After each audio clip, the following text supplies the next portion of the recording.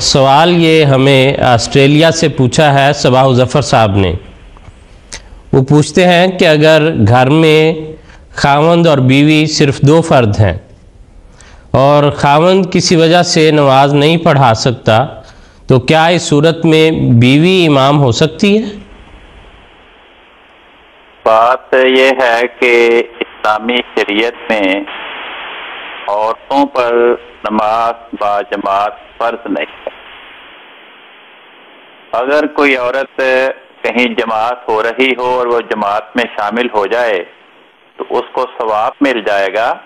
لیکن اگر وہ جماعت کے ساتھ نماز نہیں پڑھتی تو اس کو گناہ کوئی نہیں۔ حضرت رسول پاک صلی اللہ علیہ وسلم کے زمانے کی ایک خاتون کے بارے میں آتا ہے کہ وہ اپنے محلے کی عورتوں کو اپنی اقتداء میں اپنی امامت میں نماز باجماعت پڑھایا کرتی، لیکن ایسی مثال مجھے نہیں مل سکی کہ رسول پاک صلی اللہ علیہ وسلم کسی بیماری کی بنا پہ مسجد میں نماز باجماعت کے لیے تشریف نہ لا سکے ہوں، تو ازواج مطہرات نے آپ کو اپنی اقتداء میں نماز باجماعت پڑھائی۔ اسی طرح صحابہ بھی